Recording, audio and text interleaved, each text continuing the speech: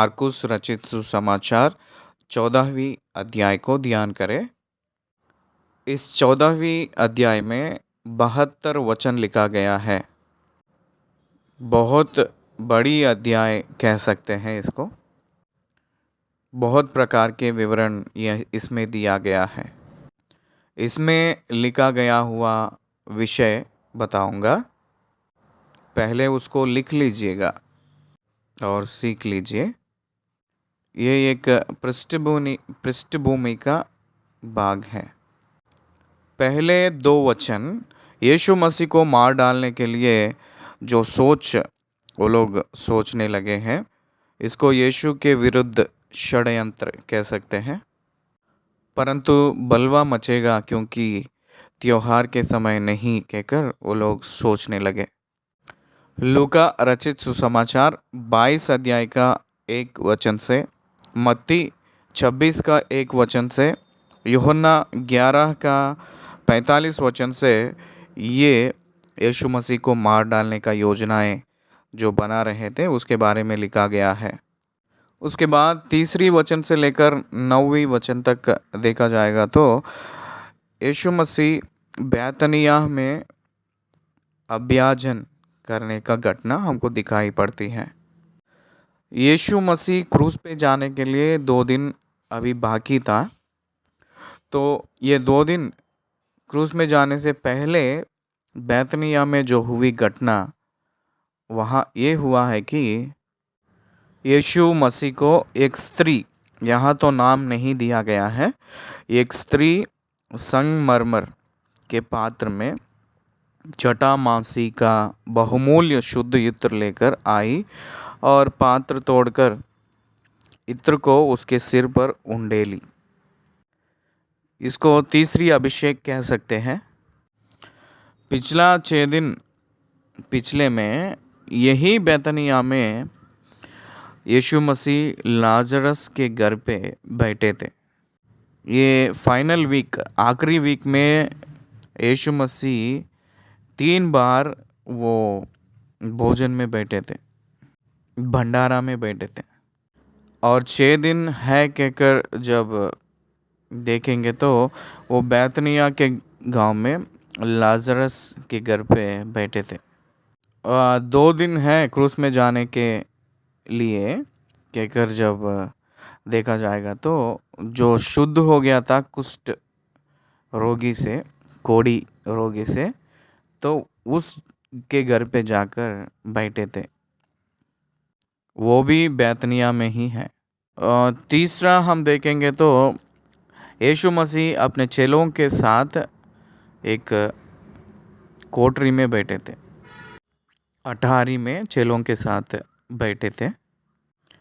3 भोजन उसी हफ्ते में, मतलब 3 भंडारा उसी हफ्ते में यीशु मसीह ने देखे थे। उसके बाद यीशु मसीह ने एनॉइंट किया जा रहे हैं। ये यीशु मसीह उनके हफ्ते में, मतलब क्रूस पे जाने की पहले हफ्ते में दूसरी बार है। उनकी सेवकाई के काल में ये 3री बार होती है। इसका विवरण दूसरी सुसमाचारों में भी मिलती है। मत्ती 26 अध्याय का 6 वचन से, लूका रचित सुसमाचार 7 और 7वीं अध्याय का 36 वचन से, यूहन्ना 12वीं अध्याय 1 से लेकर 2रा और 3रा, ये 2 एनॉइंटमेंट्स के बारे में हम देखते हैं। उसके बाद 10वीं वचन और 11वीं वचन देखेंगे तो यहूदा इस्करियोत ने विश्वास का घात किया था। यीशु मसीह को पकड़वाने के लिए वो तैयार हो गया था। ये हम लोगों को मत्ती रचित सुसमाचार 26 अध्याय का 14वीं वचन से, लूका रचित सुसमाचार 22वीं अध्याय का 3 वचन से हमको दिखाई देती है। 12वीं वचन से लेकर 16वीं वचन तक फसह के पर्व के लिए तैयारी होना।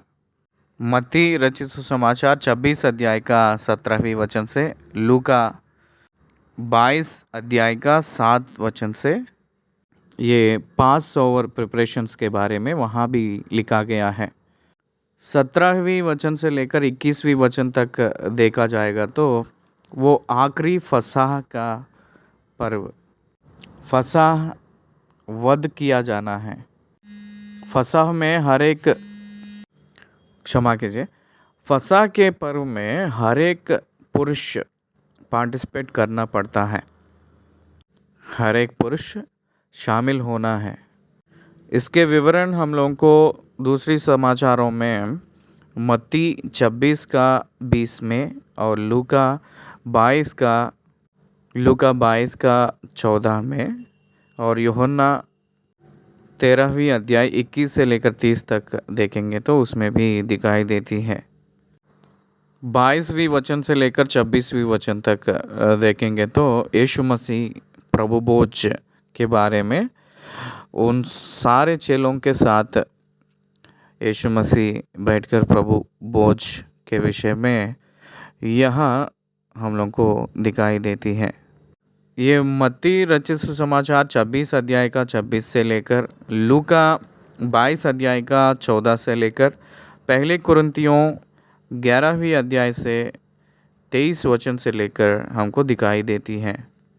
ये फसाह का विवरण प्रेरित पौलुस जी भी पहली कुरिन्थियों के पुस्तक में 11वीं अध्याय में बताते हुए आए थे कि उसको कैसे पालन करना है, कैसे उसको हम लोग लेना है, उसके बारे में कहते हुए आए हैं। उसका विवरण वहाँ दिखाई देती है।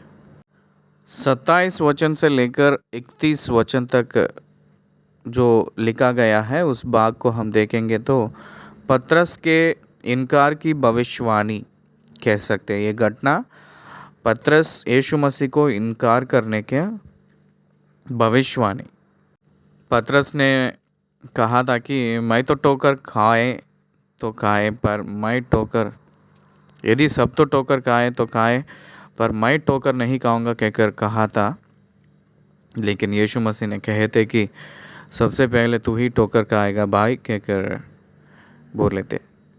उसके बाद 32वीं वचन से लेकर 42 वचन तक लिखा गया हुआ भाग गत्समनी की वाटिका में वो दुख उठाने का घटना, इसी को गत्समनी प्रार्थना भी कहते हैं, ये घटना लिखा गया है। उनकी आखिरी प्रार्थना कह सकते हैं इसको। यूहन्ना रचित सुसमाचार की 17वीं अध्याय में जो लिखा गया है प्रार्थना, वही हम यहाँ भी देखते हैं। मत्ती 26 अध्याय का 36वीं वचन से लूका 22 अध्याय का 39 वचन से हम लोग यही घटना देखते हैं। उसके बाद 43 वचन से लेकर 52 वचन तक देखेंगे तो यहूदा इस्करियोत ने यीशु मसीह को पकड़ा जाने के लिए उस गेत्समनी वाटिका में अपने साथ प्रधान याजकों और शास्त्रियों और पुरानियों की ओर से एक बड़ी भीड़ लेकर आ पहुंचा और तलवार लाठियों के साथ यीशु मसीह को पकड़वाने के लिए उनको बहुत झूम कर यत्न से ले जाने का योजना, ये संदर्भ हमको यहाँ दिखाई देती है। उसके बाद 53 वचन से लेकर 65 वचन तक देखेंगे तो महासभा के सामने यीशु मसीह को ले जाना और उनका विचारण करने का घटना हमको दिखाई देती है। विचारण का मतलब जांच पड़ताल। यीशु मसीह को 6 प्रकार की जांच पड़ताल किए हैं, उसमें कुछ जांच पड़ताल यहाँ वर्णन किए हैं। और मत्ती रचित सुसमाचार 26वीं अध्याय 57 से हमको दिखाई देती है। वैसे ही लूका रचित सुसमाचार 22 अध्याय और 54 वचन से हमको दिखाई देती है। वैसे ही 63 से भी हमको दिखाई देती है लूका में ही। और उसके बाद यूहन्ना रचित सुसमाचार 18वीं अध्याय 13, 14 और 19 से लेकर 24 तक हमको यही घटनाएं वहाँ भी यही जांच पड़ताल के बारे में दिखाई पड़ती है। इसमें 6 ट्रायल्स दिखाई पड़ता है पूरा। इसमें 3 ट्रायल्स जो है मतलब जांच पड़ताल अपने खुद के जन लोग, स्वजन कहते हैं ना, उन लोगों के वजह से, और 3 ट्रायल्स जेंटाइल्स यानी अन्य लोग जांच पड़ताल करना हमको दिखाई पड़ती है। उसके बाद 66 से लेकर इस अध्याय की आखिरी वचन तक देखेंगे तो पतरस का इनकार, यीशु मसीह को मैं नहीं जानता हूँ कहकर झूठ बोलना, इनकार करना, 3 बार इनकार करना हमको दिखाई पड़ती है। ये है इस 14वीं अध्याय में बहुत विस्तृत रूप से ज़्यादा समाचार हम लोगों को इसमें दिया गया है। तो आइए हम लोग वचन को ध्यान करेंगे, वचन के बाद वचन को। पहला वचन, मार्कुस 14वीं अध्याय पहला वचन। 2 दिन के बाद फसह और अख़मीर रोटी का पर्व होने वाला था। प्रधान याजक और शास्त्री इस बात की खोज में थे कि उसे कैसे छल से पकड़कर मार डाले। फसह का पर्व का दूसरी नाम यह है कि अख़मीर रोटी का पर्व कहते हैं। 7 डेज पास ओवर कहते हैं कि पास ओवर कहते हैं। फसह का पर्व, ये पर्व कहाँ इन लोगों को नियुक्त किया गया है, शुरू किए है? मिस्र देश में से इस्राएली लोगों को छुड़ाने के लिए मूसा को परमेश्वर इस्तेमाल किया था।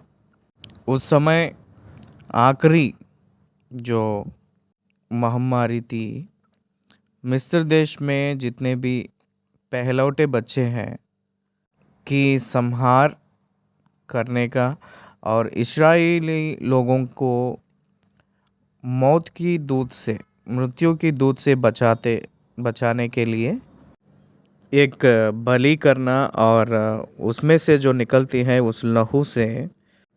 उस लहू को फाटक के ऊपर लगाने के वजह से मौत का दूत पार करना। उसी समय इस्राएली लोग अंदर अख़मीर रोटी बनाकर खाना, पर्व मना लेना, ये वहाँ से शुरू हुई थी। ये पूरा निर्गमन के पुस्तक में हम लोग देख सकते हैं। ये है फसह का पर्व। ये फसह का पर्व एवरी ईयर पहला महीना 14वीं दिन में वो लोग देते हैं फसह का पर्व। ये क्यों होना है, ये पर्व क्यों मनाया जाना है कि लहू बहने के वजह से मृत्यु से हटना, मौत से हटकर बचना, यही अर्थ हम लोगों को फसह के पर्व में दिखाई पड़ती है। यही फसह का संदेश है। इसलिए यहाँ 2 दिन को फसह का पर्व आने वाली है। वो फसह के बलि देने वाली एक जानवर के समान बलि हुए हैं कहकर पौलुस ने कोरिन्थियों के कलीसिया को बताए थे, लिखे थे। इसलिए यीशु मसीह इस दुनिया के पाप को ले जाने वाला एक मेमना है कहकर बपतिस्मा देने वाला यूहन्ना कहते हम देख सकते हैं। इसलिए यीशु मसीह फसह का बलि दिया गया हुआ एक जानवर के समान है। फसह का पर्व में बलि देने का जो घटना में उस जानवर के ऊपर जो व्यक्ति सर पे हाथ लगाता है, जानवर के सर पे, वैसे सर के ऊपर हाथ रखने से उस हाथों के ज़रिया वो पाप पूरा उस जानवर में ट्रांसफ़र होती है। इसका मतलब एक व्यक्ति के संधि उस जानवर बलि हो रही है कहकर एक चिन्हात्मक रूप में उस जानवर को बलि देते हैं, मतलब एक मनुष्य के संधि जानवर। इसलिए यीशु मसीह भी सारे मानव जाति के लिए, अपने सारे दुनिया के लिए जो लोग पापी ठहरे हैं उन लोगों के संधि वो क्रूस पे 2 दिन के बाद जाने वाले हैं। इसका मतलब यीशु मसीह अपने देह में जो पवित्र लहू से जो जीवित रह रहे हैं उस ज़माने में, तो वो पवित्र लहू खुदा के सामने दिखाना है। यीशु मसीह निष्पाप व्यक्ति है, वो निष्पाप की लहू को परमेश्वर के सामने दिखाना है। यही फसह का असली अर्थ आती है। इसलिए ये फसह की पर्व सिर्फ 2 दिन में आने वाली है। इसका मतलब आइए हम लोग वचन से देखेंगे, मार्कुस 14 का पहली अध्याय से। 2 दिन के बाद फसह और अख़मीर रोटी का पर्व होने वाला था। प्रधान याजक और शास्त्री इस बात की खोज में थे कि उसे कैसे छल से पकड़कर मार डाले, परंतु कहते थे पर्व के दिन नहीं, कहीं ऐसा ना हो कि लोगों में बलवा मचे। देखिए, परमेश्वर की योजना, परमेश्वर की समय, वो लोग खुद मना कर रहे थे कि अरे फसह का पर्व आने वाली है, इस समय उसको मारना नहीं चाहिए कहकर बलवा मचेगा सारे लोगों के बीच में कहकर सोच रहे थे। लेकिन ये परमेश्वर की योजना है। परमेश्वर की योजना ये है कि हमारे सारे मानव जाति के लिए यीशु मसीह बलि होना है। तो इसलिए यीशु मसीह बलि होने जा रहे हैं उसी समय जो मनुष्य ना करना है कहकर जो समय को रोक रहे थे, लेकिन परमेश्वर चाह रहा है कि उसी समय बलि होना है कहकर। इसका मतलब आपको क्या समझ आ रही है? परमेश्वर की योजना का मतलब ये लोग जो प्लान किए थे, इनके वजह से क्रूस के ऊपर यीशु मसीह जाना नहीं हुई थी। परमेश्वर की योजना के अनुसार क्रूस पे बलि किया गया है कहकर हम लोगों को समझ आ रही है। सोच तो ये लोग किए हैं कि, लेकिन इस सोच के अनुसार उन लोगों को एक निर्णय में वो लोग आए हैं कि फसह के पर्व के समय मारना नहीं कहकर, क्योंकि ये त्योहार के समय है इसलिए। लेकिन परमेश्वर इसको कैसे टर्न करते हुए लेकर आए हैं।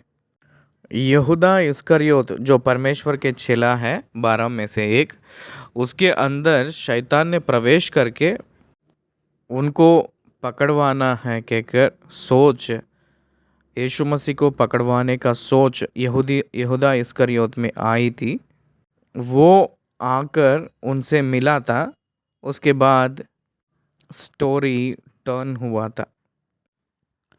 परमेश्वर के चरणों में एक चप्पल के समान रहता था यहूदा इस्करियोत, लेकिन वही अब गद्दार बन के बैठ गया है। इसलिए परमेश्वर ने अपने योजना के अनुसार जो कार्य तैयार कर लिए थे, यहूदा इस्करियोत की भविष्यत को जानने वाले परमेश्वर सारे अपने योजना के अनुसार, इस समय के अनुसार परमेश्वर ने नियुक्त कर लिया था कि उनकी योजना पूरी हो जाए। इसलिए यहूदा इस्करियोत के अंदर जो रहा था वो सोच, वो प्रधान याजक लोगों के पास आकर बात करने लगा। प्रधान याजक लोगों के पास आकर बात करने लगा तो वो लोग उसको, उस विषय को लेकर वो लोग योजना बनाना शुरू किए थे।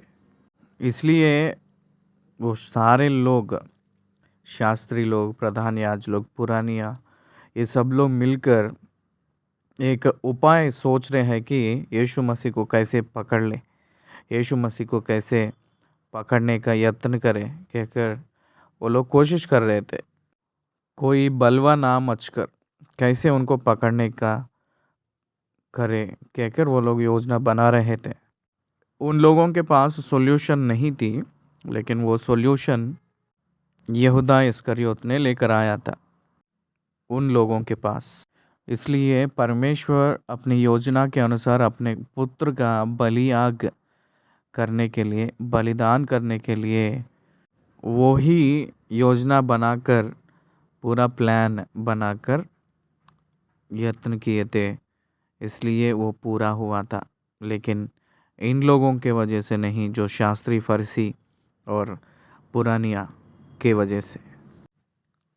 क्या आप जानते हैं कि यीशु मसीह के क्रूस पर जाना वो मानव की ओर से और मानव की सोच से नहीं हुई थी है वो योजना। वो दैविक सोच और दैविक योजना के अनुसार वो पूरी हुई थी। इसलिए इस पृथ्वी पे, इस धरती पे, इस दुनिया पे मनुष्य केवल अल्प काल के लोग हैं। इसलिए यीशु मसीह भी उन लोगों को क्षमा करो कहकर प्रार्थना किए थे। क्रूस डालने के वजह से वो लोग नरक में जाने का ज़रूरत नहीं है। मनुष्य उन लोगों को, वो लोग क्रूस पे चढ़ाने के वजह से वो लोग नरक जाने का ज़रूरत नहीं है। बहुत ध्यान से सुनिए इस बात को।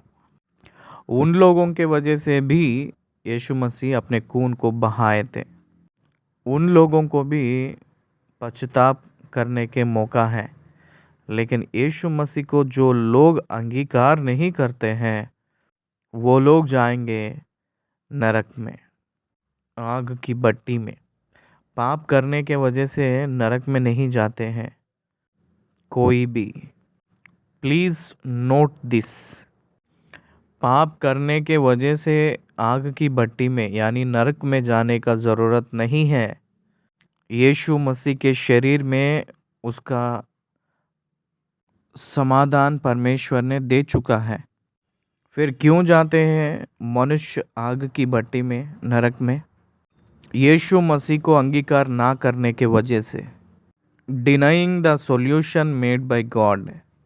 परमेश्वर जो दिया है वो समाधान को अंगीकार ना करने के वजह से नरक में जाएंगे, लेकिन पाप के वजह से नहीं। गुड न्यूज़ क्या है जानते हैं? सुसमाचार क्या है जानते हैं? आपकी पाप क्षमा हुई है। That is the good news. Receive it freely, receive the salvation freely. If you deny the salvation, he will judge it and you will go to the hell. यही है।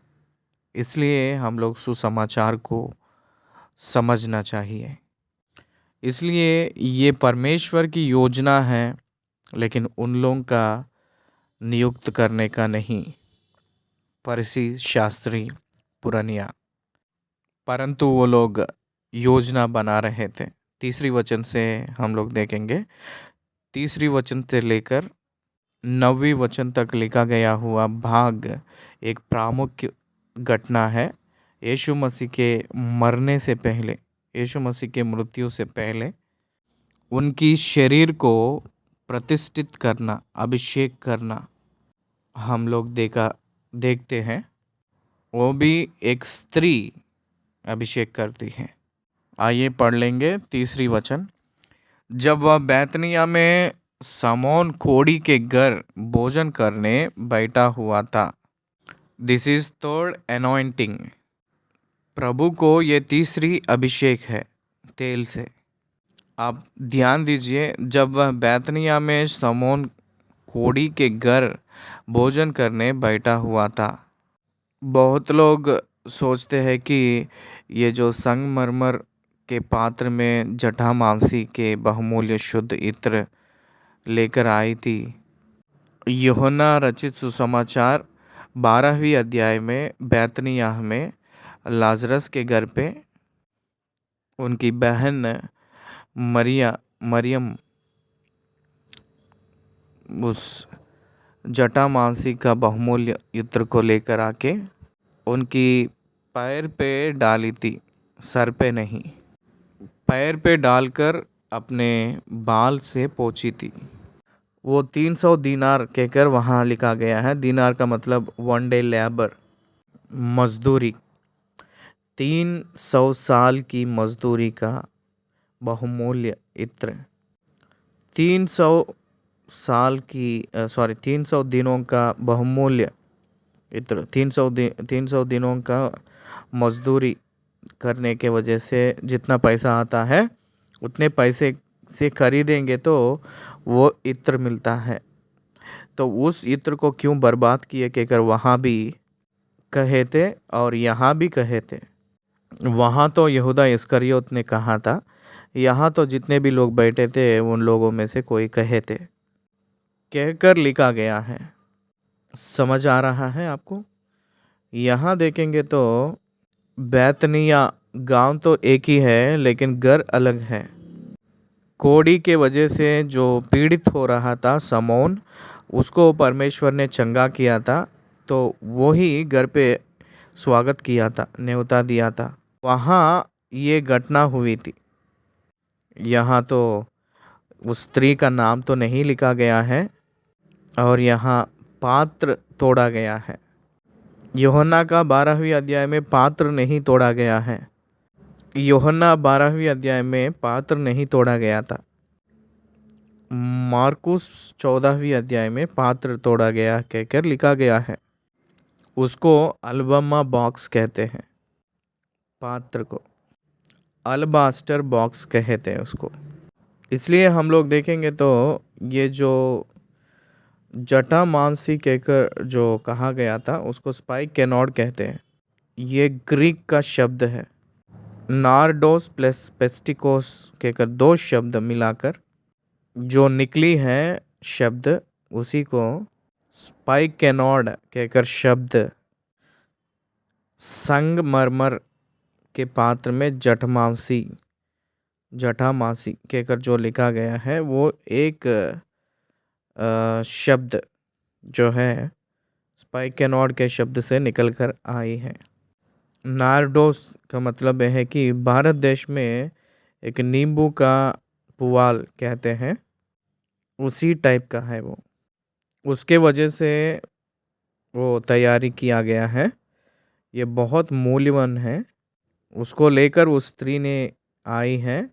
ये बहुमूल्य शुद्ध इत्र 300 डेज लेबर, आज के दिनों में आज की लेबर की चार्ज जो है 800 से लेकर 1000 रुपया कम से कम मान लीजिए। तो आज के हिसाब से, आज के दिनों के हिसाब से अगर हम लोग गिनती करेंगे तो लमसम वो 3 लाख रुपया का मूल्य होती है।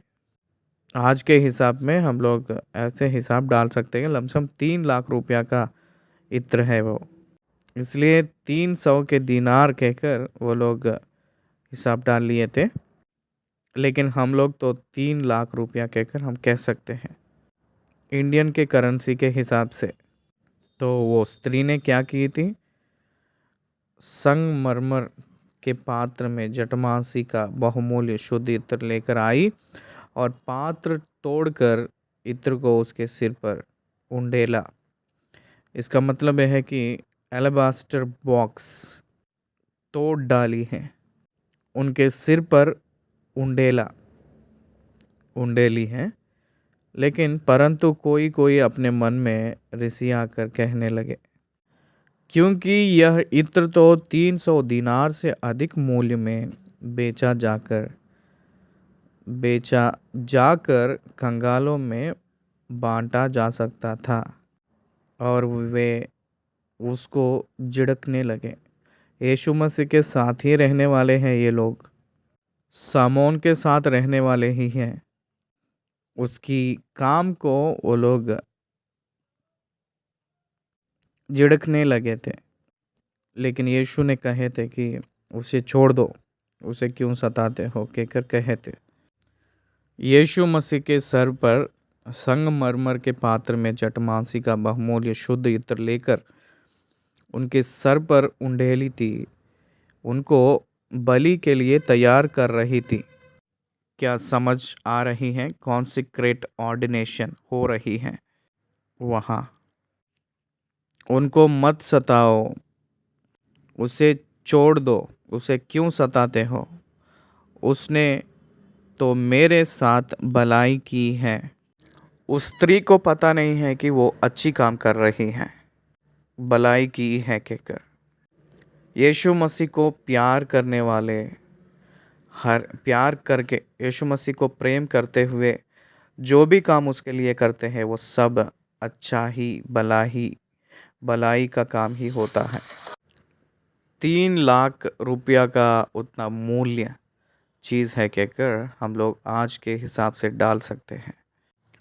कंगाल तुम्हारे साथ सदा रहते हैं और तुम जब चाहो तब उनसे भलाई कर सकते हो, पर मैं तुम्हारे साथ सदा ना रहूँगा।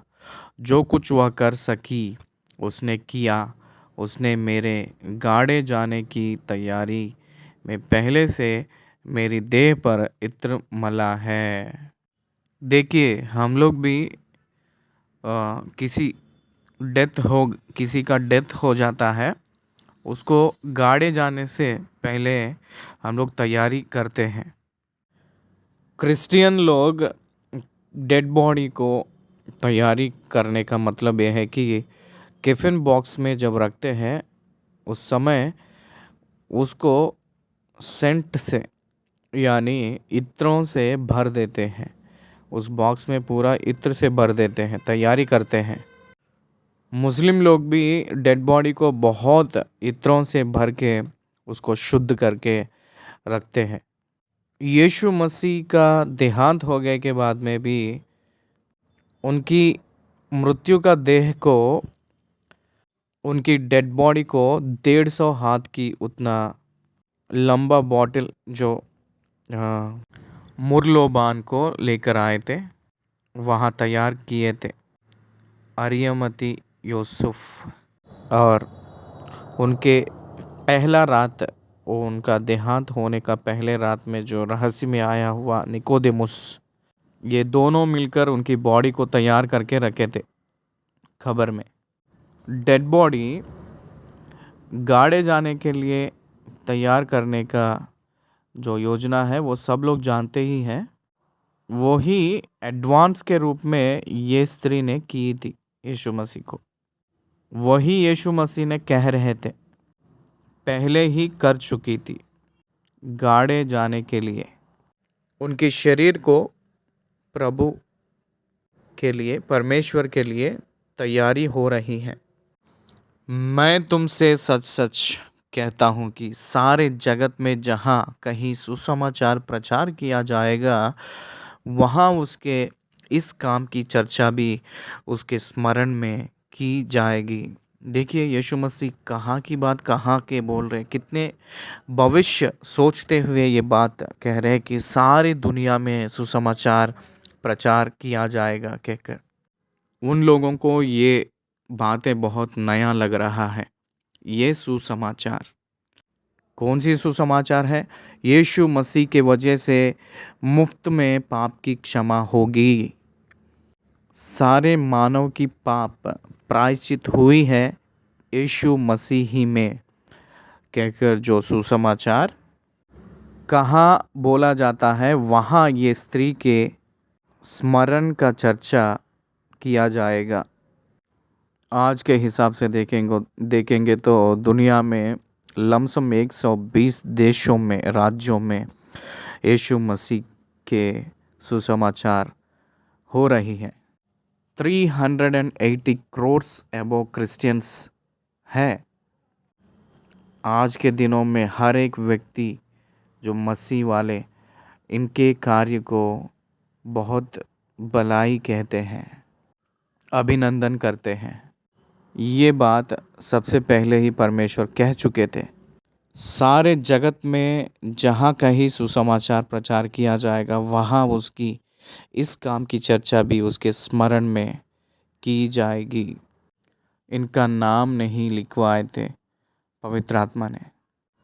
अगर इनका नाम लिखा रहता है तो कई करोड़ों लोग इनका नाम रखवा लेते थे अपने बच्चों के।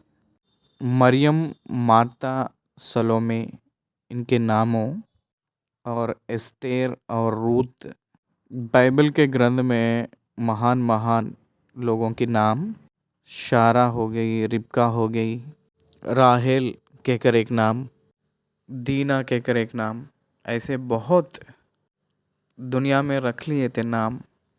बाइबल के नेम्स कितने लोग रख लेते हैं, लेकिन इनका नाम, इस स्त्री का नाम पवित्र आत्मा ने नहीं लिखवाया था। Name is not important but the action is important. कौन ये काम किए हैं कहकर अगर ध्यान करते हैं, उससे भी अच्छा क्या काम किए हैं कहकर यीशु मसीह उसको कॉन्सेंट्रेट किए थे। उसके बाद 10 और 11 वचनों में देखेंगे तो तब यहूदा इस्करियोत जो 12 में से एक था, प्रधान याजकों के पास गया कि उसे उनके हाथ पकड़वा दे। वे यह सुनकर आनंदित हुए और उसको रुपया देना स्वीकार किया और वह अवसर ढूंढने लगा कि उसे किस प्रकार पकड़वा दे। तुरंत एक्शन में उतर गए थे। एक छोटा सा मिसलीड, उसको रुपया देने के लिए कहे थे तो वो तुरंत गिर गया था। मतलब गिर गया मतलब शारीरिक तौर से नहीं, आत्मिक तौर से वो गिर पड़ा। रुपये देने के लिए कहे थे तो यहूदा इस्करियोत कितना सोचा होगा, कहीं लाख रुपया देते होंगे कहकर सोचा होगा, क्योंकि उन लोगों का गोल क्या है, उनका लक्ष्य क्या है, यीशु मसीह को मार डालना है।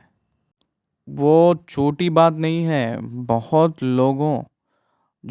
लोग उनके पीछे होने वाले, उतना फॉलोइंग है यीशु मसीह को, इसलिए उस टाइप का व्यक्ति को अगर मार डालेंगे, पकड़वा देंगे तो कितना रुपया मिलेगा कहकर वो लालच हो गया था यहूदा इस्करियोत ने। इसलिए वो लोग ने उससे कहे थे कि उसको रुपया देने के लिए, रुपया देंगे कहकर जब वो लोग कहे थे, तुरंत वो कह दिया हाँ, वेरी गुड कहकर सोच लिया था यहूदा ने। यहाँ मैं आपको एक कहानी बताऊंगा। छोटेपन में हम लोगों को कहानियाँ बताते थे। जो लोग अनपढ़ थे, उन लोग खोद के काम करते हैं, मतलब पृथ्वी को खोदने का काम करते हैं। वो लोग एक धनी व्यक्ति के पास गए हैं। जितना आप खोदेंगे उसी के हिसाब से पैसे दूंगा कहकर वो कहा था मालिक ने। तो खोद का मतलब ये है कि एक जो हिसाब नापते हैं उसको भी खोद कहते हैं हमारे भाषा में। वैसे ही जैसे सब्बल होता है, उसी टाइप का जो मिट्टी निकालने वाला एक इंस्ट्रूमेंट होता है, एक टूल होती है। तो उसके पकड़ने का जो रहती है लकड़ी, उसको भी खोद कहते हैं। जैसे परवाह कहते हैं, परवाह के पकड़ने का जो लकड़ी होता है उसको भी खोद कहते हैं। लेकिन ये लोग सोचे हैं कि खोद का मतलब जो एक नापने का वस्तु होती है, उसी वस्तु से वो क्या करेगी, बहुत पैसे देंगे कहकर बहुत कष्ट उठाकर एक बड़ा सा तालाब को खोद दिए थे उन दोनों। तो पूरा एक बड़ा सा तालाब खोद दिए थे और वापस आए थे मालिक के पास और कहे थे कि साहब, हम तो एक तालाब खोद दिए हैं, इसलिए खोद का वस्तु से हमको पैसे तोल कर दे दीजिए कहकर कहे थे। तो वो मालिक ने कहा था, मैं तो आपको खोद के दूंगा कहकर, खोद से नाप के दूंगा कहकर कहा था, तो इसलिए मैं खोद के नाप से दूंगा कहकर वो कहा था। इसकी सोच में तो परवा का जो लकड़ी है वो खोद थी, लेकिन जो खोदे थे उन दोनों का सोच यह है कि जैसे खोद का वस्तु, जैसे एक जग होता है, एक मग होता है, वैसे खोद कहकर एक वस्तु होती है, उसी से नाप के तोल के देंगे कहकर उन लोगों का सोच था। तो उससे नाप लेंगे तो 5% भी नहीं रहेगा परवा के लकड़ी से। उस रीति से वो धोखा दिया था। वैसे ही यहाँ भी देखेंगे तो रुपया देंगे कहकर वो लोग कहते ही यहूदा ने सोचा है, इस्करियोत ने सोचा है कि कितने लाख रुपया ये लोग देंगे कहकर सोचा था, सोचकर हाँ कह दिया था।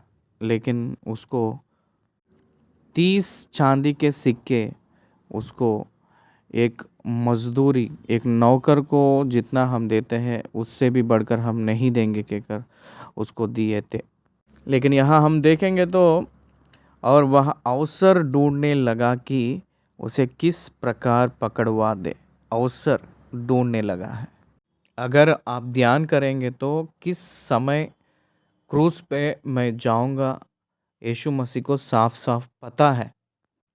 यहूदा इस्करियोत ने इंतज़ार कर रहा था कि किस अवसर में वो मिलेगा, और शास्त्री फरीसी पुरानिया ये सब लोग भी इंतज़ार कर रहे थे कि कब वो मिलेगा कहकर।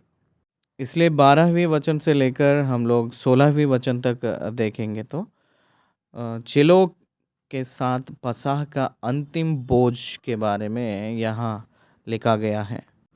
12वें वचन से पढ़ रहा हूँ। अख़मीर रोटी के पर्व के पहले दिन जिसमें वे फसह का बलिदान करते थे, उसके चेलों ने उससे पूछा, तू कहाँ चाहता है कि हम जाकर तेरे लिए फसह खाने की तैयारी करें? उसने अपने चेलों में से 2 को यह कहकर भेजा, नगर में जाओ और एक मनुष्य जल का घड़ा उठाए हुए तुम्हें मिलेगा, उसके पीछे हो लेना।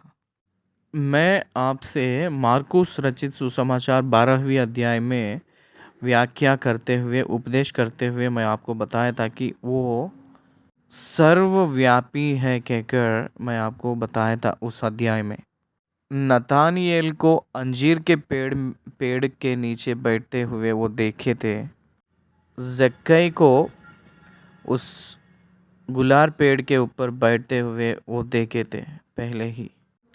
आदम को झाड़ियों के पीछे छुपकर रहना पहले ही देख चुके थे। बेतपेगे बेतनी के गांव में उस गधे के बच्चा को घर के सामने रहना देख लिए थे पहले ही। भविष्य में एक मनुष्य घड़ा उठाए हुए तुम्हें मिलेगा और वो तैयारी करके जो रखा है उस कमरा को आपको देगा कहकर कह रहे थे। वो सब जानते हैं क्योंकि वो परमेश्वर है। इसलिए हम लोग कल क्या करेंगे, आगे दिनों में क्या करेंगे, कौन कहाँ जाएगा, सब कुछ उनको पता है। नगर में जाओ और एक मनुष्य जल का घड़ा उठाए हुए तुम्हें मिलेगा, उसके पीछे हो लेना।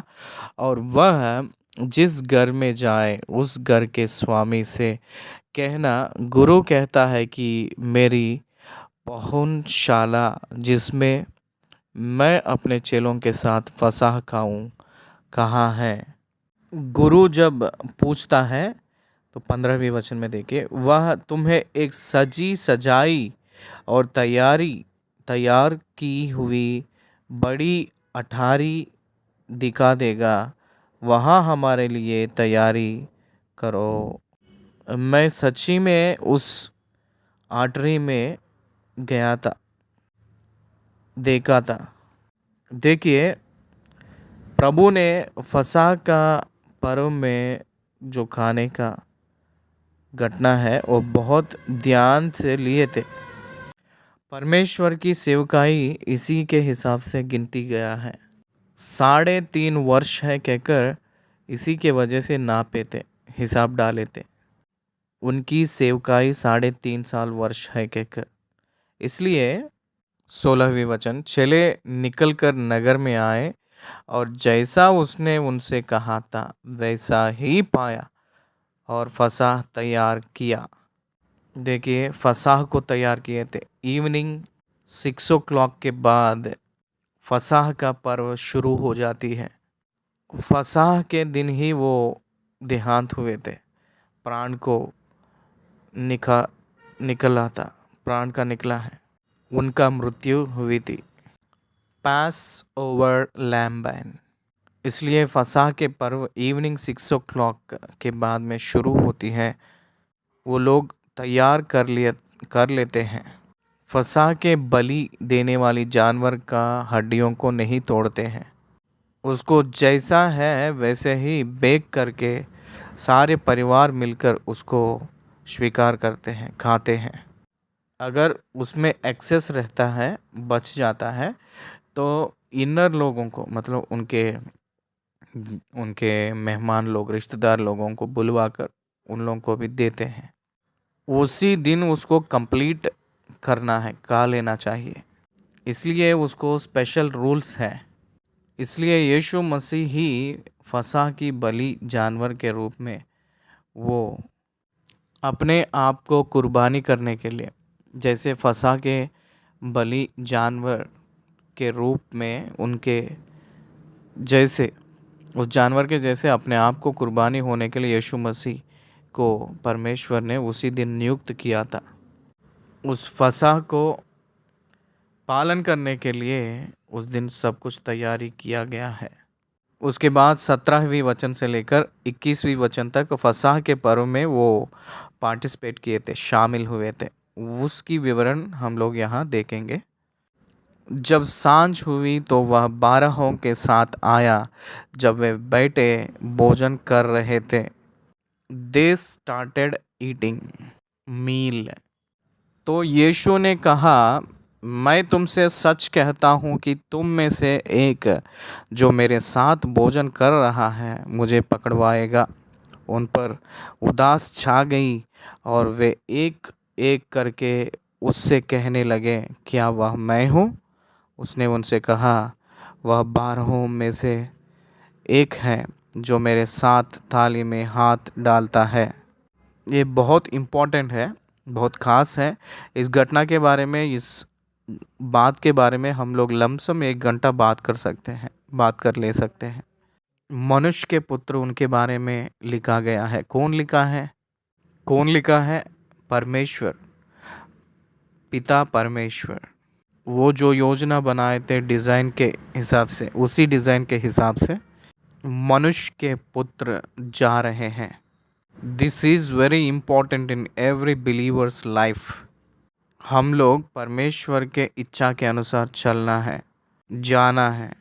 मूसा ने उस जंगली मार्ग पे उन सारे लोगों को लेकर आ रहा था। उस समय परमेश्वर से कहा था कि अगर आपकी सम्मुख मेरे साथ नहीं आएगी तो हम लोग नहीं जाएंगे, कहा था। इसलिए उस तंबू के ऊपर का मेघ जो है ऊपर उड़ती है, तभी ये लोग यात्रा करते थे। मेघ फिर से उस तंबू के ऊपर आती है, उतरती है, तो वो लोग यात्राओं को रोकते थे। ये उनका नियम कहकर लिखा गया है, तरीका है कहकर लिखा गया है। यीशु मसीह का तरीका, जो पिता ने कहते हैं उसी के अनुसार चलना उनका तरीका है, यीशु मसीह का। लेकिन हम लोगों का तरीका क्या है? परमेश्वर जो हमसे कहते हैं उसी के तरीका से हम लोग चलना है। That is final for us. Musa को अपने मार्ग को दिखाए थे, हम लोगों को भी वो अपने मार्ग को दिखाते हैं। कब? We need to follow the ways of God. परमेश्वर को, उनकी बातों के पीछे चलना। क्योंकि मनुष्य का पुत्र तो जैसे उसके विषय में लिखा है, जाता ही है, परंतु उस मनुष्य पर हाय जिसके द्वारा मनुष्य का पुत्र पकड़वाया जाता है। यदि उस मनुष्य का जन्म ही ना हो तो उसके लिए भला होता। यशायाह नबी के पुस्तक में लिखा है, उसकी घर को दूसरे लोग लेंगे, उसकी नौकरी को दूसरे लोग लेंगे, उसकी पत्नी को दूसरे लोग लेंगे, उसकी पुत्र नाश हो जाएंगे। देखे, यहूदा इस्करियोत यीशु मसीह के पीछे होना अलग है। भौतिक रूप में राज्य की स्थापना करते हैं कहकर उसी सोच के अनुसार आया था यहूदा इस्करियोत ने। लेकिन यीशु मसीह मेरे राज्य अलग है कहकर कहते हुए आए थे। इसलिए यीशु मसीह की वजह से वो संभव नहीं है कहकर सोचकर, इसलिए कि वो उनको बेचने के लिए प्लान बना लिया था। उन्हीं के पास यीशु मसीह धन का झोला उसके पास रखने की वजह से जब चाहे तो तब पैसे निकाल कर चोरी करने का एक चोर यहूदा इस्करियोत, वो यीशु मसीह जानते हैं लेकिन उसके बारे में नहीं बोले थे। यीशु मसीह ने जब आप चाहे तो तब पाप कर देंगे तो तुरंत आकर आपसे प्रश्न नहीं पूछेंगे। न्याय का दिन है उसके लिए। तुरंत उसको सज़ा क्यों नहीं मिला, तुरंत उसके ऊपर शिक्षा क्यों नहीं आई कहकर बहुत लोग पूछते हैं। प्रभु को एक दिन न्याय करने का दिन है, उस दिन वो पूछेंगे। आप पहचानने का एक बात है कि यहाँ लिखा है, देखिए, यदि उस मनुष्य का जन्म ही ना हो तो उसके लिए भला होता कहकर लिखा है। उस मनुष्य को कष्ट है कहकर मनुष्य के पुत्र ने कह रहे हैं, क्योंकि अपने भविष्य भी उनको पता है, क्योंकि वो पाप का प्रायश्चित नहीं किया हुआ व्यक्ति है। वो पश्चाताप तो नहीं किया था लेकिन दुख उठाया था। He was not repented, he remorsed. Remorse is different from repentance. Repentance is real sorry for his sin. Remorse is only recognizing pain. हाय ऐसे नहीं करेंगे तो अच्छा होता कहकर जो फीलिंग ही है, लेकिन वो रिमोर्स नहीं है। 26वीं वचन, फिर वे भजन गाकर बाहर जैतून के पहाड़ पर गए। भजन गाकर जैतून के पहाड़ पर गए थे। हम लोगों को दूसरी सुसमाचारों में यीशु मसीह ने रोटी को तोड़कर उसमें डुबाकर यहूदा इस्करियोत को दाख रस में डुबाकर यहूदा इस्करियोत को देकर तू जाकर अपने काम में रह कहकर कहे थे, तो वो चले गया था यहूदा ने। क्या आप ग्रहण कर रहे हैं मेरे बातों को? उन लोग जैतून के पहाड़ पे जाना एक सहज की काम है। वो जैतून के पहाड़ पे जाना एक साधारण विषय है, हमेशा वैसे ही जाते हैं। जैतून के पहाड़ के पर जाए के बाद में वहाँ से वो गेत्सेमनी नामक वाटिका में गए थे। याकूब, पतरस, यूहन्ना इन तीनों को लेकर गेत्सेमनी वाटिका में गए थे।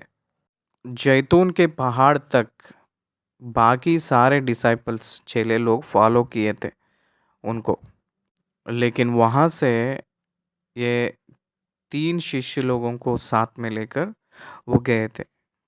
ये 2 विषय यहूदा इस्करियोत जानता है। यीशु मसीह इसी रीति के अनुसार वो प्रार्थना करने के लिए जाते हैं कहकर यही लोगों को पता है। इनर लोग, यीशु मसीह के चेले लोगों को ही पता है, क्योंकि वो डेली होने का काम है। बड़े बड़े महान वीर लोगों को मारने के लिए इनर पीपल को ही इस्तेमाल करके मारना हम लोग इतिहास में बहुत घटनाएं देखते हैं, बहुत जगहों में दिखाई देती हैं। यीशु मसीह के जीवन में भी यही घटना हमको दिखाई देती है। 27 वचन, तब यीशु ने उनसे कहा, तुम सब ठोकर खाओगे, क्योंकि लिखा है, मैं रखवाले को मारूंगा और भेड़ें तितर बितर हो जाएंगे। 28 वचन में क्या कह रहे हैं, देखिए, परंतु मैं अपने जी उठने के बाद तुमसे पहले गलील को जाऊंगा। एक बार 27 में देखिए, मैं रखवाले को मारूंगा। रखवाले को मारूंगा का मतलब यह है कि वो मृत्यु हो जाएंगे। दानियल के पुस्तक में भी लिखा है कि अभिषिक्त निर्मूल हो जाएगा, नाश हो जाएगा। अभिषिक्त ने नाश हो जाएगा कहकर दानियल के पुस्तक में लिखा है। इसका मतलब वो मारा जाएगा कहकर।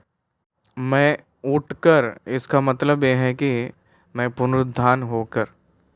उन लोगों को कुछ भी समझ नहीं आ रही थी। चेले लोगों को उनकी भाषा, वो अपने खुद का भाषा ही है तो भी उन लोगों को समझ नहीं आ रही थी उनके बातें। दे वर स्टिल अंडर कन्फ्यूजन। वो लोग अभी भी ग्रहण नहीं कर पा रहे थे। पतरस ने बात कर रहे हैं, परंतु मैं अपने जी उठने के बाद तुमसे पहले गलील को जाऊंगा कहकर यीशु मसीह बोलते ही पतरस ने रेस्पॉन्ड हो रहा था। बाकी कोई रेस्पॉन्ड नहीं हो रहे थे। क्या रेस्पॉन्ड हो रहे थे पतरस ने, देखेंगे 29वीं वचन में। देखिएगा, पतरस ने उनसे कहा, यदि सब ठोकर खाए तो खाए, पर मैं ठोकर नहीं खाऊंगा कहकर पतरस ने कह रहा है। इसलिए परमेश्वर ने कह रहे हैं कि उस रात को क्या होने जा रहा है उसके बारे में बताए थे। केवल परमेश्वर ही भविष्य को जानने वाला है। यीशु मसीह ही परमेश्वर है। परमेश्वर ये कि भविष्य को जानने वाला है। परमेश्वर ही सब कुछ देखने वाला है। यीशु मसीह ही खुदा है। क्या आप ग्रहण कर रहे हैं? पतरस को क्या संभव होने जा रहा है यीशु मसीह जानते हैं। पतरस ने 3 बार इनकार करने जा रहा है। यीशु मसीह, मैं यीशु मसीह को नहीं जानता हूँ कहकर। इसलिए यीशु मसीह ने पहले ही बता चुके हैं कि तू आज रात 3 बार मेरे बारे में इनकार करेगा। यीशु ने उससे कहा, मैं तुमसे सच कहता हूँ कि आज ही इसी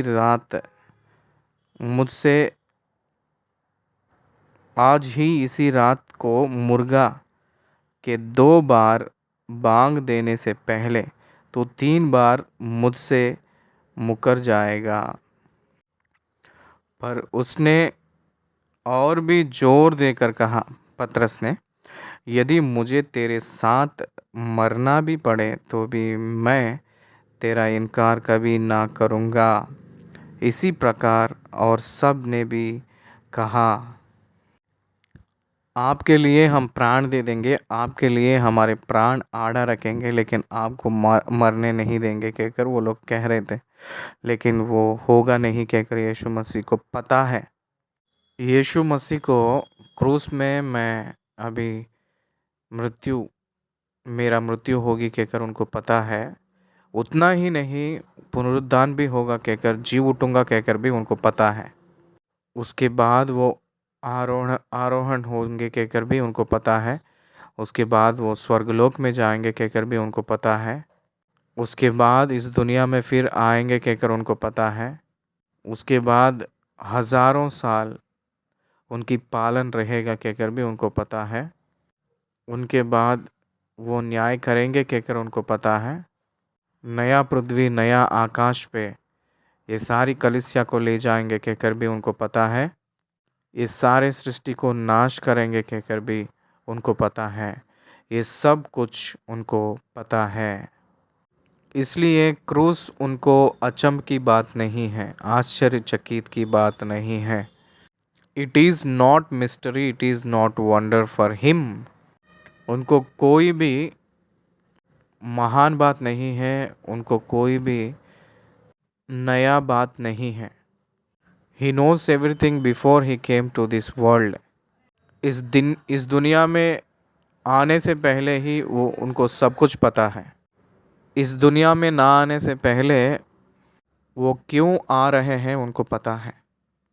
इसीलिए इब्रानियों के पत्री में आप मेरे एक शरीर को रखे हैं कहकर कहे थे। आप मुझे एक शरीर को नियुक्त किए हैं कहकर कहे थे। 12वीं साल में ही माता पिता को कहते हुए बताए थे कि क्या आप लोग नहीं जानते कि मैं पिता के काम में हूँ कहकर। मैं मेरे पिता के काम में रहूँगा कहकर आप नहीं जानते क्या कहकर पूछे थे। मरियम ने उस बातों को हृदय में रखकर वो याद रखे थे। इसलिए यीशु मसीह जो आए थे वो क्रूस पर जाने के लिए ही आए थे। यीशु मसीह इसलिए आए हैं कि वो मरने के लिए ही आए हैं। इसलिए उसी की ओर वो कदम डालते हुए जा रहे थे। सच्ची में वो अपने विषय के बारे में लिखा गया है उसी के अनुसार वो चल रहे हैं, कदम डाल रहे हैं। इसका अर्थ क्या है? God designed him, God designed A plan for him. वो उसको पूरा करते हुए जा रहे हैं कहकर अर्थ आती है। हम लोग भी परमेश्वर की अनुग्रह के, परमेश्वर की योजना के अनुसार अपने ऊपर जो योजना है उसी को पूरा करते हुए आगे बढ़ना चाहिए, उसको हम सीखना चाहिए। पतरस और उसके साथ जो रहते हैं उन सारे लोग, यदि मुझे तेरे साथ मरना भी पड़े तो भी मैं तेरा इनकार कभी ना करूँगा कहकर सब और पतरस ने कह रहे थे। मार्कुस रचित सुसमाचार 14वीं अध्याय का 32वीं वचन से देखेंगे। फिर वे गेत्समनी नामक एक जगह में आए थे। वे कहकर जो लिखा है, उन चेलों में से वो लोग कौन हैं? वो लोग चेलों में से 3 लोग हैं। यीशु मसीह के साथ 3 लोग आए थे गेत्सेमनी वाटिका में आए थे, गेत्सेमनी वाटिका में आए थे। केद्रोन तालाब को पार करके वो लोग गेत्सेमनी नामक वाटिका में आए थे। यूहन्ना में बताते हैं कि तालाब को पार करके वो लोग आए हैं गेत्सेमनी वाटिका में कहकर कहा गया है। और उसने अपने चेलों से कहा, यहाँ बैठे रहो जब तक मैं प्रार्थना करूं। और उसने अपने चेलों से कहा, यहाँ बैठे रहो जब तक मैं प्रार्थना करूं। और वह पतरस और याकूब और यूहन्ना को अपने साथ ले गया और बहुत ही अधीर और व्याकुल होने लगा और उनसे कहा, मेरा मन बहुत उदास है, यहाँ तक कि मैं मरने पर हूँ। तुम यहाँ ठहरो और जागते रहो। फिर वह थोड़ा आगे बढ़ा और भूमि पर गिरकर प्रार्थना करने लगा कि यदि हो सके तो यह घड़ी मुझ पर से टल जाए, लेकिन उस घड़ी नहीं टलेगी। टल जाए कहकर प्रार्थना किए थे। ह्यूमैनिटी, मानव के रूप में ये घड़ी को टल जाए कहकर वो प्रार्थना किए थे। कौन सा है वो घड़ी? Heart breaking time. उसकी चेला ही उनको पकड़वाने जा रहा है। सारे मानव जाति का पाप उनके ऊपर गिरने जा रहा है। वो बहुत दुखित हुए हैं। वो पवित्र है, पाप को कैसे वो उठाएंगे? वो निष्पाप है लेकिन पाप को उठाना है, उसी विषय में वो हट हो रहे थे। स्पिरिचुअल पेन के लिए वो दुखित हो रहे थे, फिजिकल पेन के लिए नहीं, स्पिरिचुअल डेथ के लिए वो दुखित हो रहे थे। परमेश्वर से दूर होना है और पाप को उठाना है, ये दोनों बात उनको बहुत दुखित किया था। फिजिकल पेन नहीं है, फिजिकल डेथ नहीं है उनकी दुख की कारण।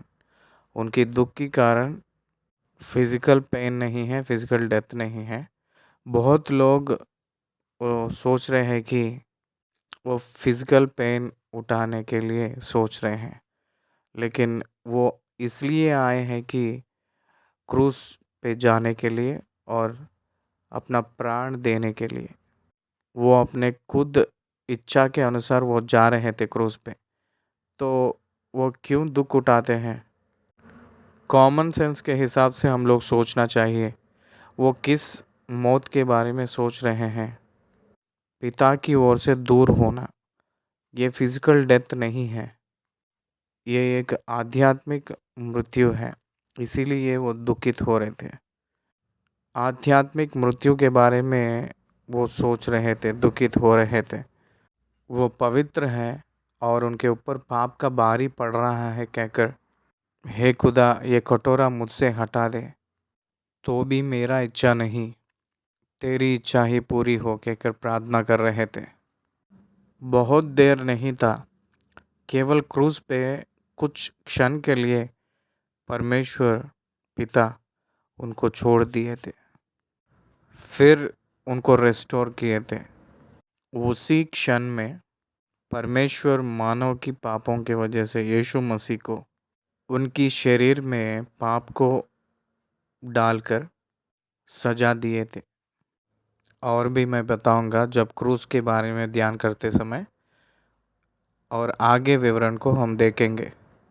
36 वचन में, और कहा, हे अब्बा, हे पिता, तुझसे सब कुछ हो सकता है। इस कटोरे को मेरे पास से हटा ले, तो भी जैसे मैं चाहता हूँ वैसा नहीं, पर जो तू चाहता है वही हो। यहाँ दो बातों को ध्यान करना है। देखिए क्या कहे है कि जैसे मैं चाहता हूँ वैसा नहीं, पर जो तू चाहता है वैसा ही हो।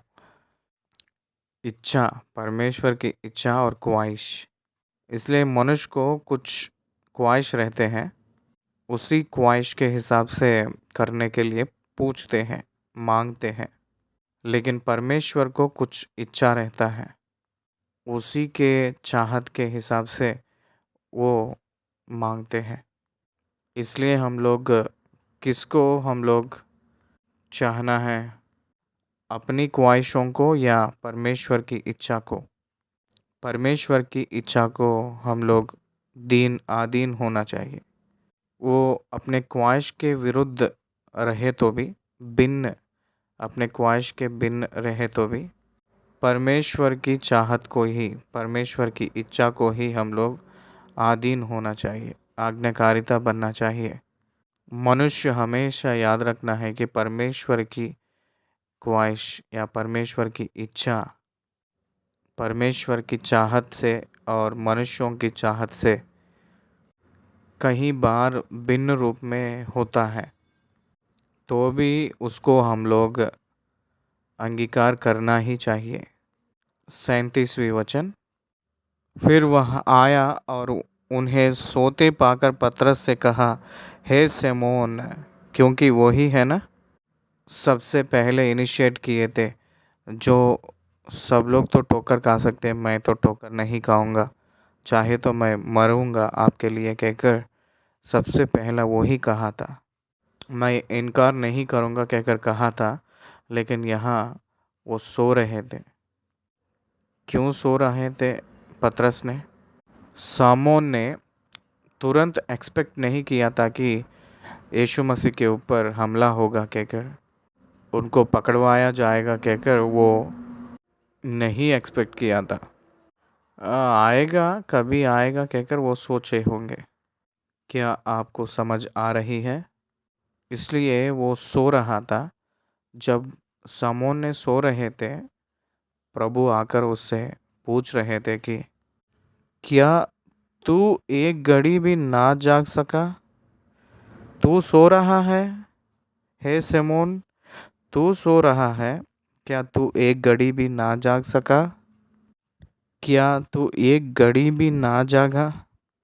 मेरे लिए मरूंगा कहकर जो प्रकट किया था, प्रचार किया था, तू कैसे सो रहा है? क्या एक घड़ी भी जागते नहीं रह सकता है? आत्मा तो तैयार है लेकिन शरीर दुर्बल है, इसलिए वो रह नहीं पाया। जागते और प्रार्थना करते रहो कि तुम परीक्षा में ना पड़ो। आत्मा तो तैयार है पर शरीर दुर्बल है कहकर फिर वह चला गया और उन्हें उन्हीं शब्दों में प्रार्थना की, परीक्षा में जाने वाले हैं तो इसलिए जागकर प्रार्थना किया करो कहकर कहा था। वो परीक्षा क्या है? यीशु मसीह को छोड़ने का परीक्षा आने वाले हैं उन लोगों को। अपने प्राणों को बचाने के लिए दौड़ने वाली, तुरंत वहाँ से दौड़ने वाली परीक्षा उनको आने वाली है। परीक्षा को जय पाना है, परीक्षा के ऊपर जय पाना है। पतरस के ऊपर प्रत्येक रूप में एक परीक्षा आने वाली है। मल्क कहकर एक प्रधान याजक की कान को पतरस ने काट डाला था। एक टेम्पटेशन आया था तो काट डाला था पतरस ने।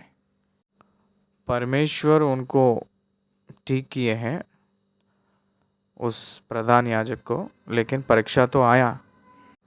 परीक्षा आएगी, इसलिए जागकर प्रार्थना किया करो कहते।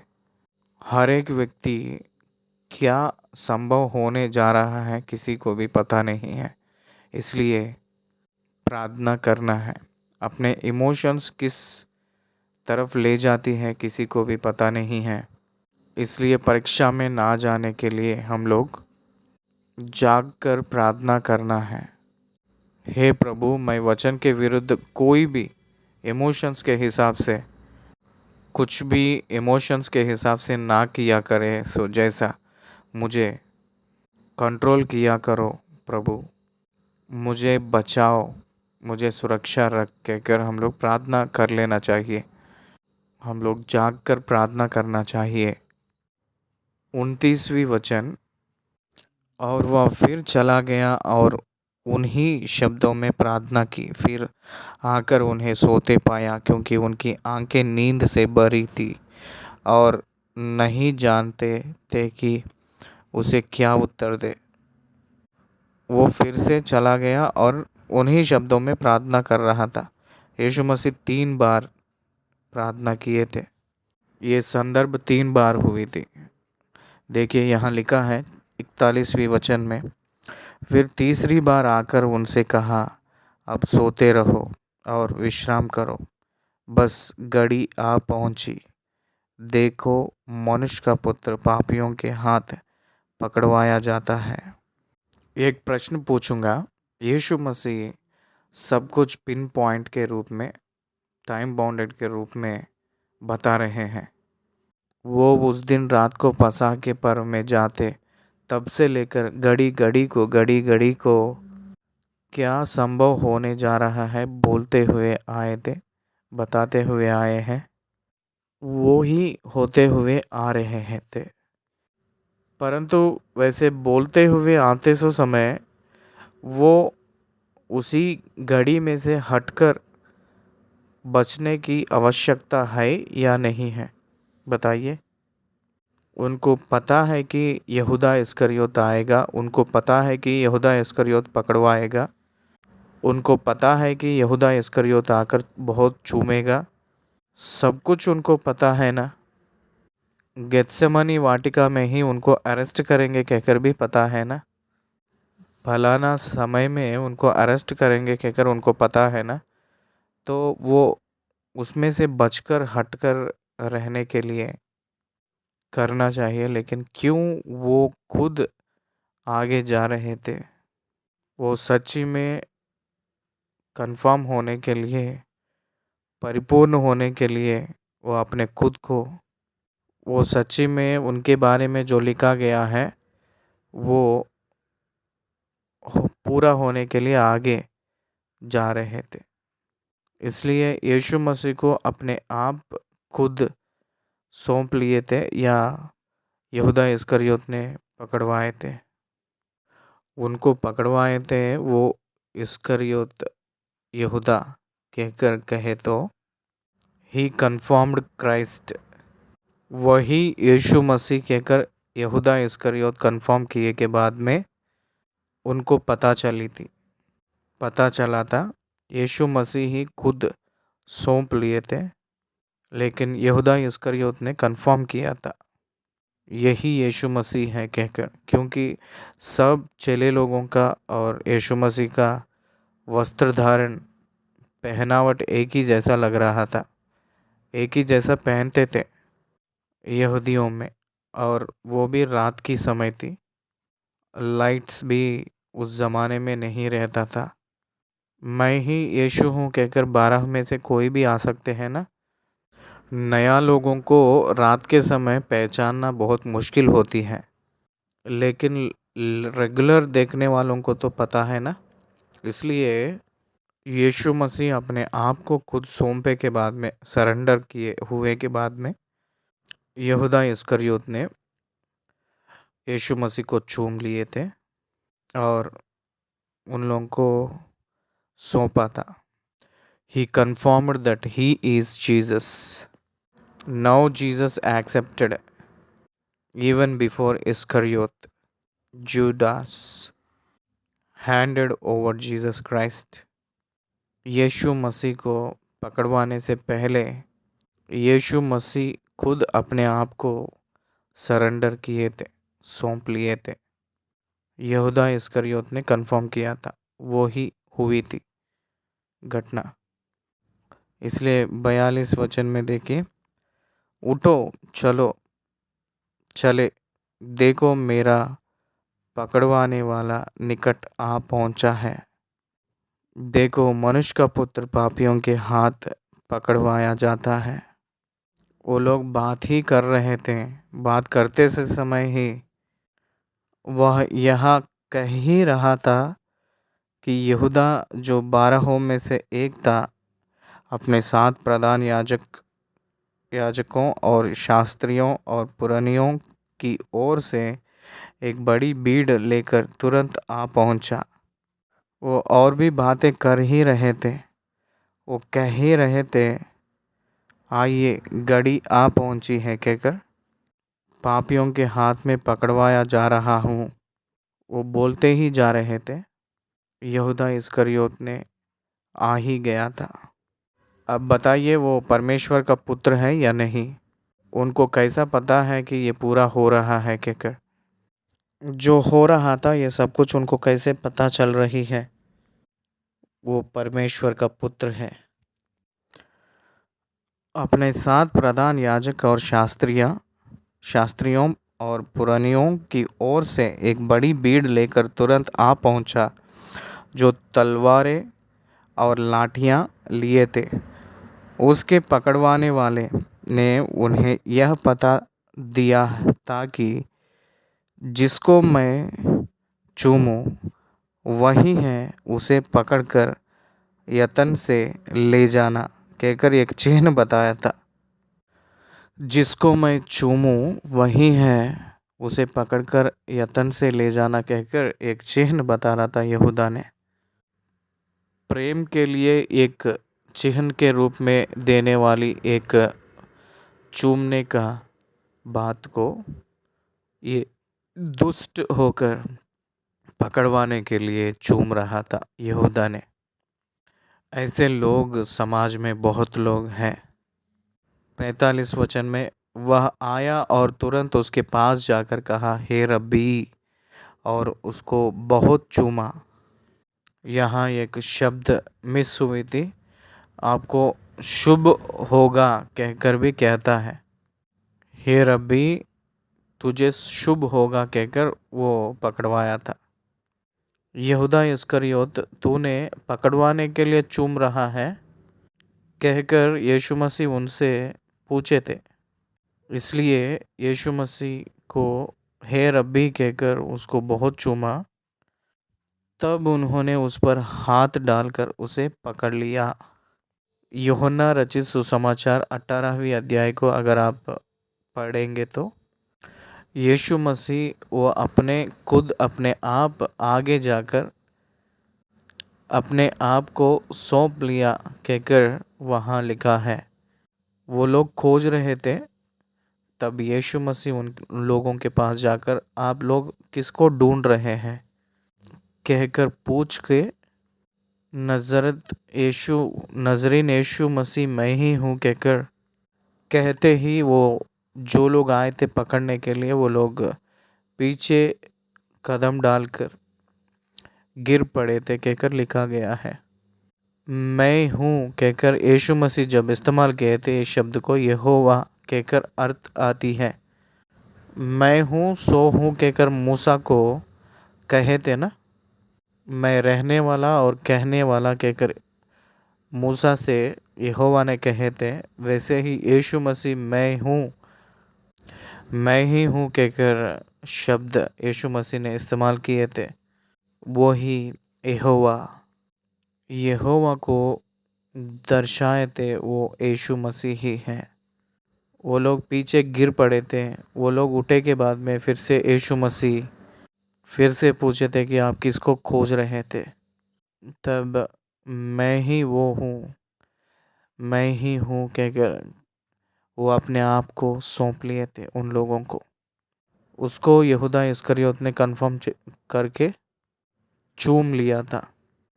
उनमें से जो पास खड़े थे, एक ने तलवार खींचकर, वो एक पतरस है, महायाजक के दास पर चलाई और उसका कान उड़ा दिया, उसकी कान को उड़ा दिया। क्योंकि एक संदर्भ में यीशु मसीह आप लोगों के पास क्या कोई तलवार है कहकर पूछे थे। तो एक तलवार है कहकर जब वो लोग कहे थे तो वो काफ़ी है कहकर कहे थे प्रभु ने। वो ठीक है, वो काफ़ी है कहकर कहे थे। वो एक हथियार है। लिखित हुई भविष्यवाणियाँ पूरी होने के लिए उन लोगों के पास एक तलवार थी। पतरस के पास वो तलवार थी, ये काफ़ी है कहकर कहे थे यीशु मसीह ने। क्योंकि एविडेंस, कोर्ट को एविडेंस चाहिए, तो वो एविडेंस भी उन्हीं के पास रख लिए थे। ही प्रिपेयर, उसके लिए वो तैयार हो गए थे। पतरस ने मल्क व्यक्ति का कान काट दिया था। यीशु ने उनसे कहा, क्या तुम डाकू जानकर मुझे पकड़ने के लिए तलवारें और लाठियां लेकर निकले हो? मैं तो हर दिन मंदिर में तुम्हारे साथ रहकर उपदेश दिया करता था और तब तुमने मुझे ना पकड़ा, परंतु यह इसलिए हुआ कि पवित्र शास्त्र की बातें पूरी हो। इस पर सब चेले उसे छोड़कर भाग गए। सारे चेले लोग उनको छोड़कर भाग गए थे। ये लिखित की भविष्यवाणी पूरी होने के लिए हो रहा है।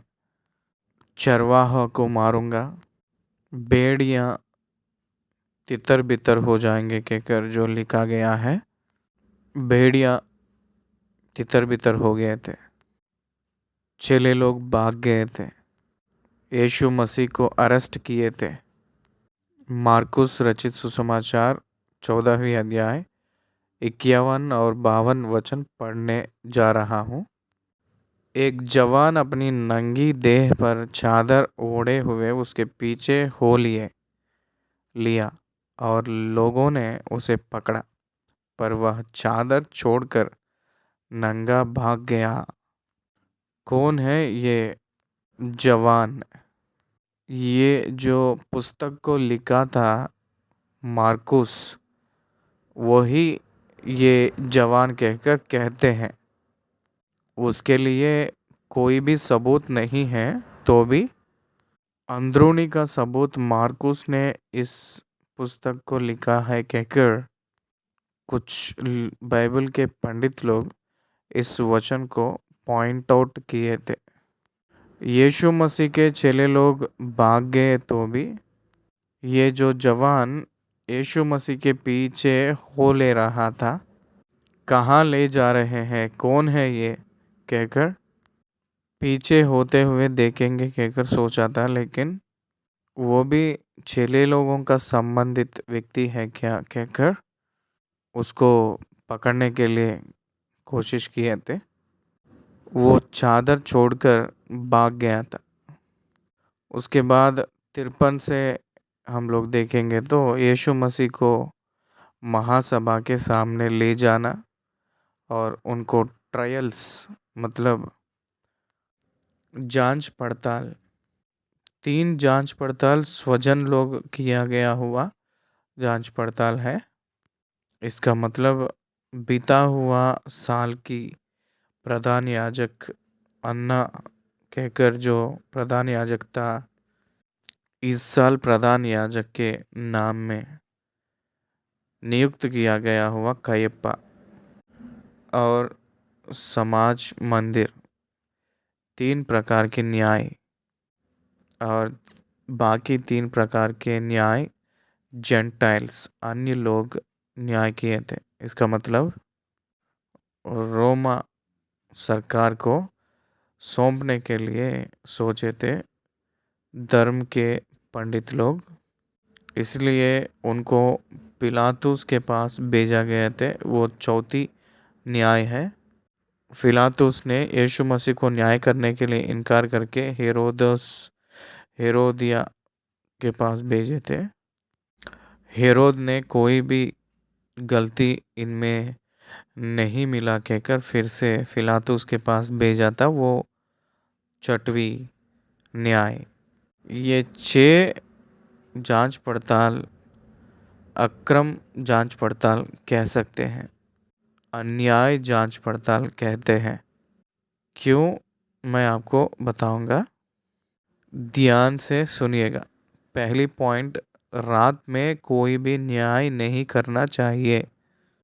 अंधेरे में न्याय नहीं करना है। अन्ना के घर जाने के समय में या जाते वक्त तब भी रोशनी नहीं आया था सुबह का। स्वजन लोगों के न्याय में भी तीसरी न्याय में रोशनी नहीं आई थी। न्याय को नहीं करना है अंधेरे में, लेकिन न्याय किए थे वो लोग। और एक, घर पे न्याय नहीं करना चाहिए। अन्ना किसी की वजह से वो योग्य नहीं थे न्याय करने के लिए। वो अपने घर पे न्याय करने के लिए, लेकिन घर पे न्याय किए थे, वो अन्याय का न्याय थी। एक ही विषय पे न्याय होना चाहिए हर एक न्याय में। हर एक जांच पड़ताल में न्याय शिक्षा जो दिया गया है उसको बदलना नहीं। लेकिन यीशु मसीह के जांच पड़ताल में हर एक समय उनका बदलाव आते गया था। मतलब उनकी सजा बदलते हुए आया था। क्या आप समझ रहे हैं? इसलिए ये अन्याय का न्याय है ये सब। ये लोग नियुक्त तो किए थे, लेकिन यीशु मसीह को जांच पड़ताल तो किए थे, लेकिन उन लोग जांच पड़ताल किया गया है कहकर मैं तो विश्वास करता हूँ, क्योंकि कल के दिन न्याय में प्रभु उन लोगों को लेकर आते समय यही विषय उनके लिए न्याय के समय आएगा।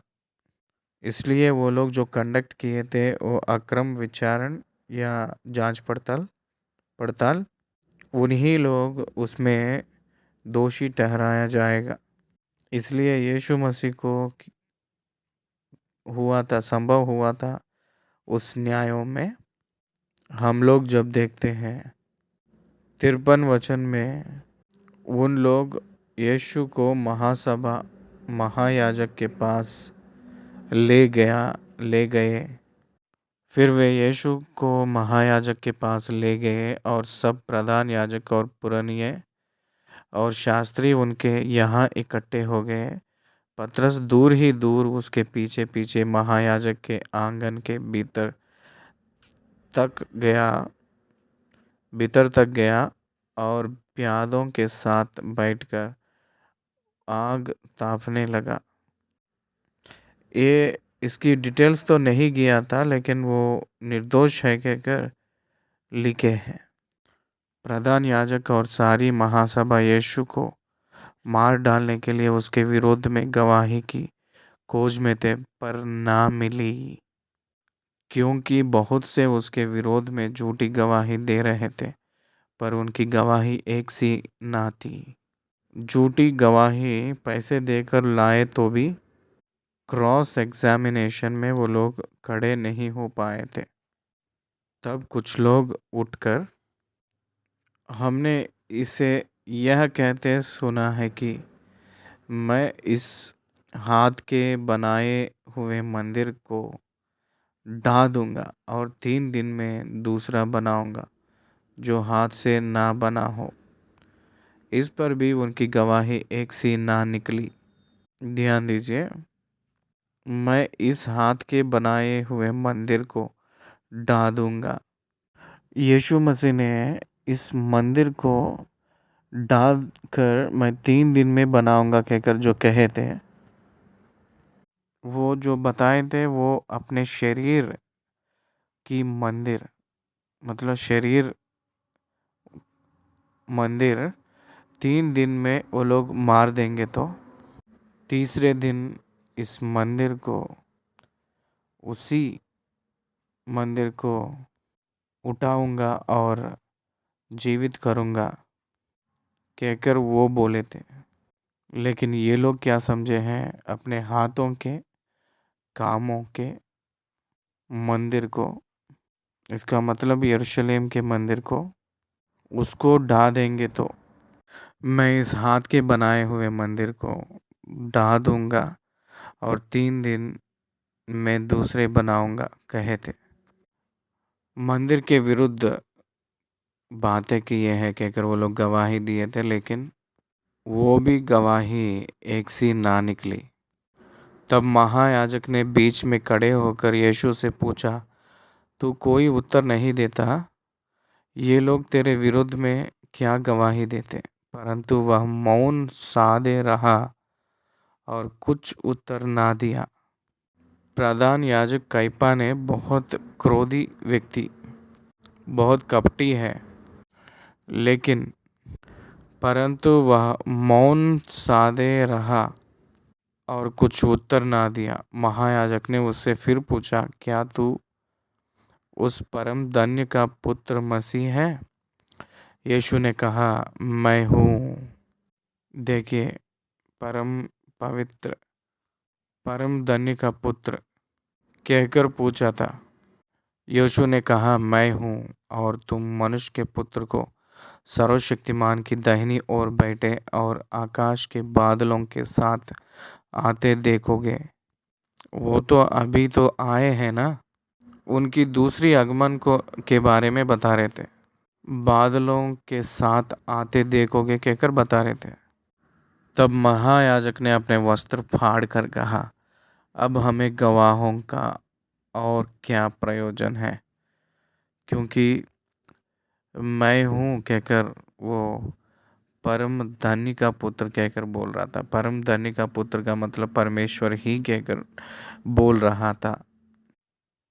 इसलिए प्रधान याजक ने कपड़ा फाड़ लिया था। प्रधान याजक ने कपड़ा नहीं फाड़ना है।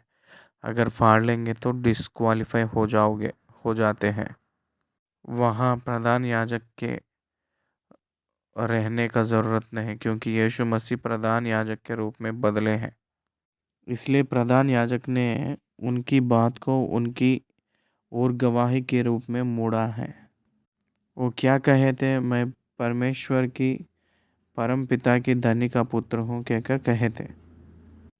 वो सच्ची में अपने आप को कबूल किए थे, मैं परम धनी का पुत्र हूँ कहकर उसकी गवाही ही उनके ऊपर रखे थे। और वहाँ लिटिगेशन यह है कि और गवाहों का ज़रूरत नहीं है, आप ही लोग इसका गवाही कहकर बताए थे। अब सारे लोग गवाही ठहरा गए थे। बहुत लोग उसकी गवाही के रूप से ठहरे गए थे, लेकिन वो क्या कहे थे? सच कहे थे। वो विश्वास नहीं किए थे, क्योंकि वो झूठ है कहकर। दुनिया में सच को कोई नहीं मानते हैं, वो झूठ ही है कहकर विवरण देती है। दैव दोष को सजा क्या है? दैविक दोष को सजा यह है कि पत्थरों से मारना है, लेकिन सजा कोई भी नहीं दिए थे। क्यों? क्रूस की ओर सौंप दिए थे, और वो लोग जानते हैं कि पत्थरों से मारेंगे तो लोग खुद की प्रजा मानेंगे नहीं। इसीलिए ये धार्मिक हत्या नहीं है, ये परमेश्वर के दास के है कहकर तब कोई तो उस पर थूकने और कोई उसका मुंह ढांकने और उसे घूस मारने और उससे कहने लगे, भविष्यवाणी कर। और प्यादों ने उसे पकड़कर थप्पड़ मारे। जब पतरस नीचे आंगन में था तो महायाजक की दासियों में से एक वहां आई और पतरस को आग तापते देख देख उसे टकटकी लगा कर देखा और कहने लगी, तू भी तो उस नासरी यीशु के साथ था। वह मुकर गया और कहा, मैं ना ही जानता और ना ही समझता हूँ कि तू क्या कह रही है। फिर वह बाहर देवड़ी में गया और मुर्गा ने बांग दी। ये 3 बार झूठ बोलता है।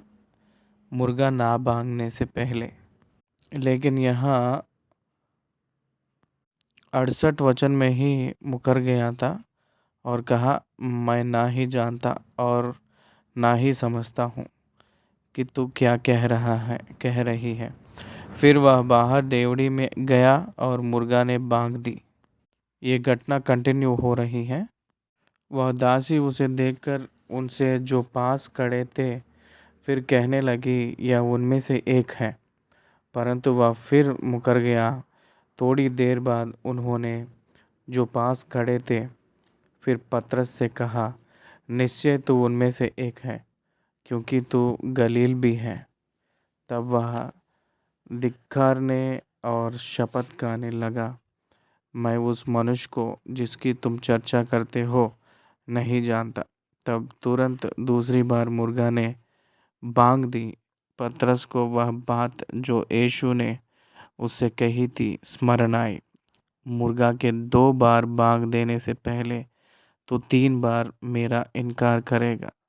और वह इसी बात को सोचकर रोने लगा। यीशु मसीह कोड़ों से बाहर आते ही पतरस की ओर देखे थे। यीशु मसीह किसी और को खोजे नहीं थे, पतरस को खोजे थे। क्या आप समझ रहे हैं? पतरस को और यहूदा को फ़र्क ये है कि पतरस याद करके रो रहा था। यहूदा इस्करियोत फांसी लगाकर मर गया था। That is the difference. पतरस ने पश्चाताप करके प्रेरितों में एक बना। यहूदा इस्करियोत ने लालच होकर यीशु मसीह को पकड़वाकर अपने धन को लिया था। इसलिए पश्चाताप अंगीकार होती है। प्रभु के सम्मुख ने वो अपने पाप के बारे में सोचते हुए रो रहा था, दुखित हो रहा था, इसलिए वो अंगीकार हुआ था। यहाँ हम लोग 14वीं अध्याय को समाप्त किए हैं। धन्यवाद।